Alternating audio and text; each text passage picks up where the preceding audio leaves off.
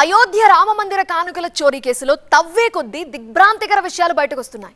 కేవలం విరాళాల దొంగతనమే అనుకుంటే దీని వెనక పెద్ద నెట్వర్కే ఉన్నట్టు సిట్టు విచారణలో తెలిసింది.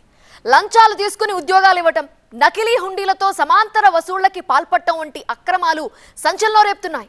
గత 5 ఏళ్ల ట్రస్ట్ ఆర్థిక లావాదేవీలపై ఇప్పుడు స్పెషల్ ఇన్వెస్టిగేషన్ టీం ఆడిట్ కి సిద్ధమైంది.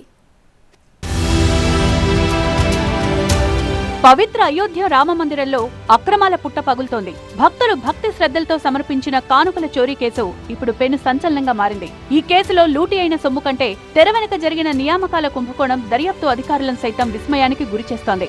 విరాళాల దొంగతనం కేసులో అరెస్టైన ప్రధాన నిందితుడు అవినాష్ శుక్లాను పోలీసులు విచారించడంతో ఈ భారీ స్కామ్లో సరికొత్త కోణం వెలుగు చూసింది. రామమందిరంలో వివిధ విభాగాల్లో దాదాపు 125 మందిని ఉద్యోగులుగా నియమించారు.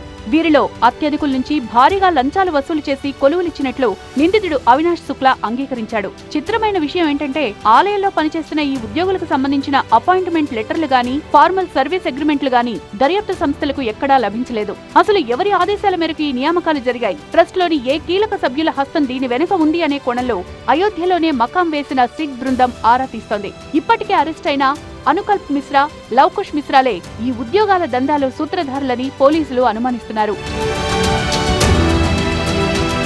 ఇక విరాళాల దోపిడీ విషయానికొస్తే నిందితులు పక్కా ప్లాన్తో సమాంతర వ్యవస్థ నడిపినట్లు తెలుస్తోంది. గతేడాది ప్రయాగ్రాజ్లో జరిగిన కుంభమేళ సమయమే టార్గెట్ గా వీరు కోట్లాది రూపాయల విరాళాలను కొల్లగొట్టారు. తాజాగా పోలీసులు ఓ యోగా కేంద్రంపై దాడి చేయగా అక్కడ రామరాజ్య కోష్ పేరుతో ఉన్న నకిలీ విరాళాల హుండీ లభ్యమైంది. దీనికి ఏకంగా పేటీఎం క్యూఆర్ కోడ్ ను కూడా తగిలించి డిజిటల్ దందాకు తెరలేపారు.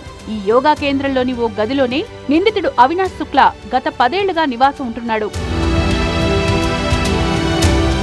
ఈ కుంభకోణం కేవలం ఆలయ ప్రాంగణానికే పరిమితం కాలేదు. నిధులు మళ్లింపులో స్టేట్ బ్యాంక్ ఆఫ్ ఇండియా ఉద్యోగుల పాత్ర కూడా ఉన్నట్లు తెలుస్తోంది. నిందితులకు సహకరించిన బ్యాంకు సిబ్బందిపై లోతైన విచారణ జరపాలని కోరుతూ అయోధ్య పోలీసులు ఇప్పటికే ఎన్ఫోర్స్మెంట్ డైరెక్టరేట్ కి లేఖ రాశారు.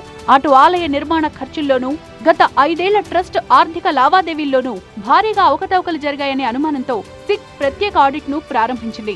రామమందిర ట్రస్ట్ 5 ఏళ్ల ఆడిట్ పై సిట్ ఫోకస్ పెట్టింది.